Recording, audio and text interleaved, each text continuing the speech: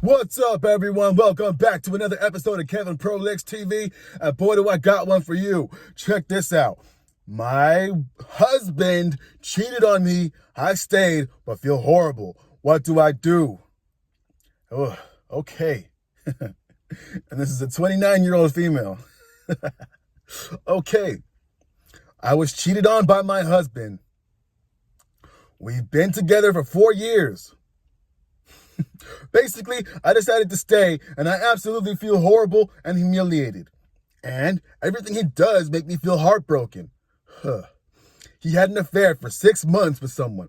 I found out by going through text messages. I feel angry, depressed, and insecure every day I see my husband because I'm reminded of how I wasn't enough. I know what the affair partner looks like, their name, and other stuff. My husband's favorite part of their body, what they did, etc. All from text. And he feels guilty, but I could care less. I feel horribly jealous, like that person was particularly physically attractive to them, and that's why he chose them. He always called them hot in text. I don't feel attractive anymore.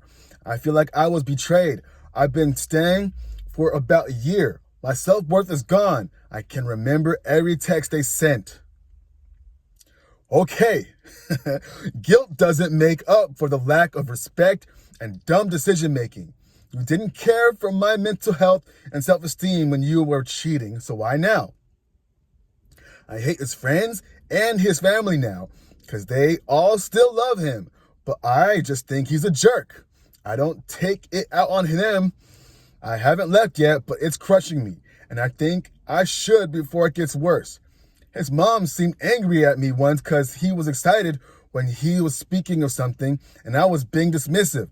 But I could care less about what his mom thinks of me. Your son cheated on me. Good night, lady. Overall, my self-esteem is at an all-time low. I don't feel like myself, and every time I look at my baby picture hung up on my wall, I feel like I'm letting that girl down. In general, my mental health is in shambles, and I don't know what to do. I feel like I need to let go of this relationship and certain other people in order to feel truly at peace in life. I'll never get over this humiliation, lack of peace, insanity. And not just that, I had to deal with other people too that make me feel terribly insecure. I'd like some advice on what to do. Dealing with deep hurt like this, embarrassment, shame, anger, and insecurity that comes from dealing with certain people and situations. I would really like to just never speak to them again, but I really can't get over the disrespect or hurtful feelings. End. Okay. Well, it sounds like you know what to do, but you're too lily-livered to do it. Anyway, let's hear some comments. Keep looking at the baby picture and think what you would tell her to do. Then do it. OP says, I'd say, girl, leave him. Leave his sorry dumbass and go find a man who will be faithful. Go fall in love with yourself again. Go and be free. Someone says to that, sounds like great advice, to be honest. It's what you both deserve. Someone else says to that person, so there's your answer. Most attempts at reconciliation after adultery fail. Sometimes the betrayed person leaves upon discovery, and sometimes they try for years to make it work before they end it.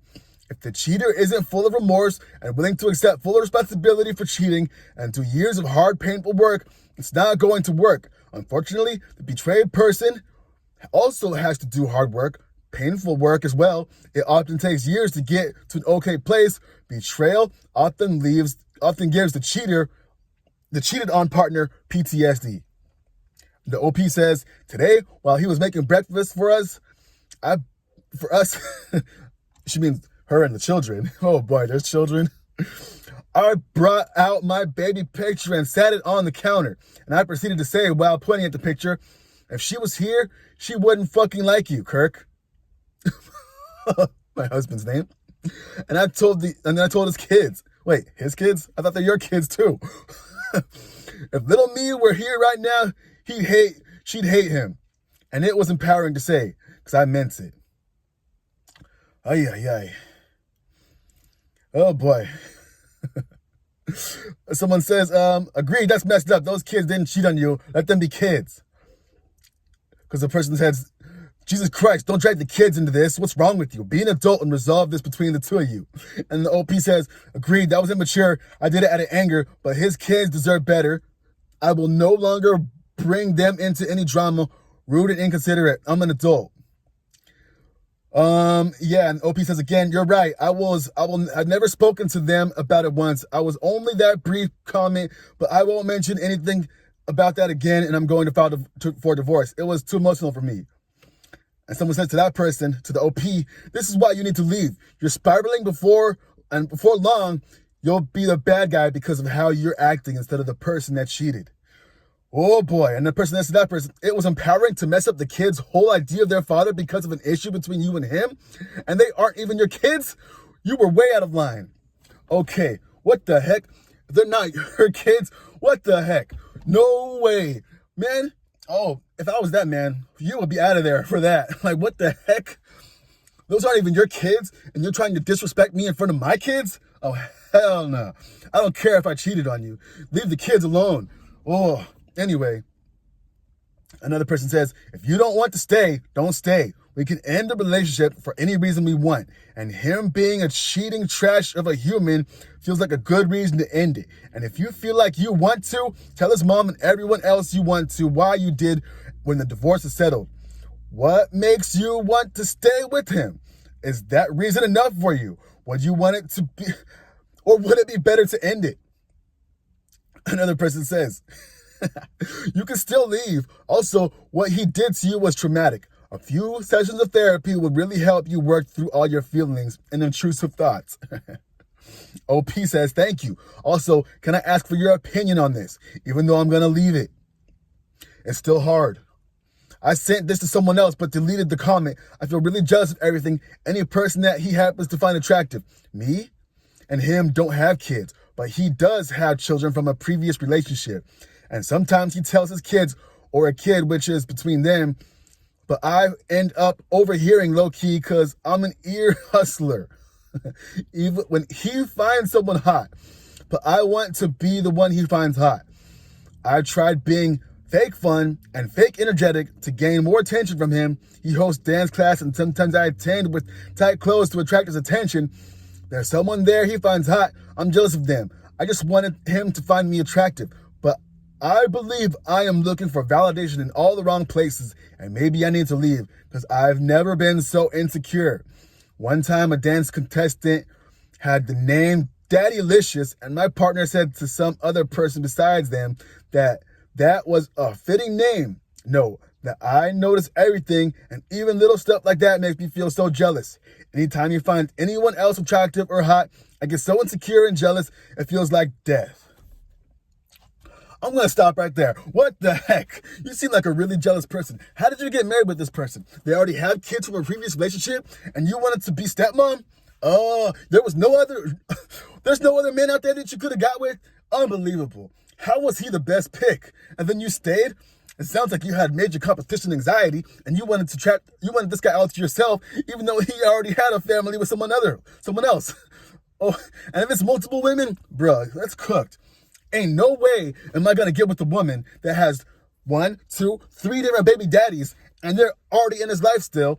No way. If I knew what other type of women or other type of men that she was attracted to, and then I look at myself and I'm like, wait a second. I look nothing like these people that you were attracted to. You gave yourself to them, and then I'm looking at me. I'm like, this don't make no sense. Like, come on. You can't not be this dense. Please leave. You're going to mess up yourself. You're going to mess up those kids, and then they're going to grow up thinking, hey, maybe this is the type of relationship that is supposed to be normal. But this is not normal. Listen to what these people are telling you in the comments, please. Anyway, what did we learn, class? Well, if you get with a cheater and you know they're a cheater, it's not going to end well. If you stay with the cheater after you find out they're a cheater, then it's probably not going to end well. If you're getting married and it's not for duty or for the children or to make some type of alliance with some type of nation like they did in the past, then why are you getting married? No, makes no sense to me. Like, come on. It's a clear cut to me. DTB. But what do y'all think? Is this lady cooked or what? Should she stay or should she go? Because you already know my answer. Anyway, this has been another episode of Kevin Privilege TV. Make sure you like, comment, subscribe, and share. And I'll catch you on the next one. Peace.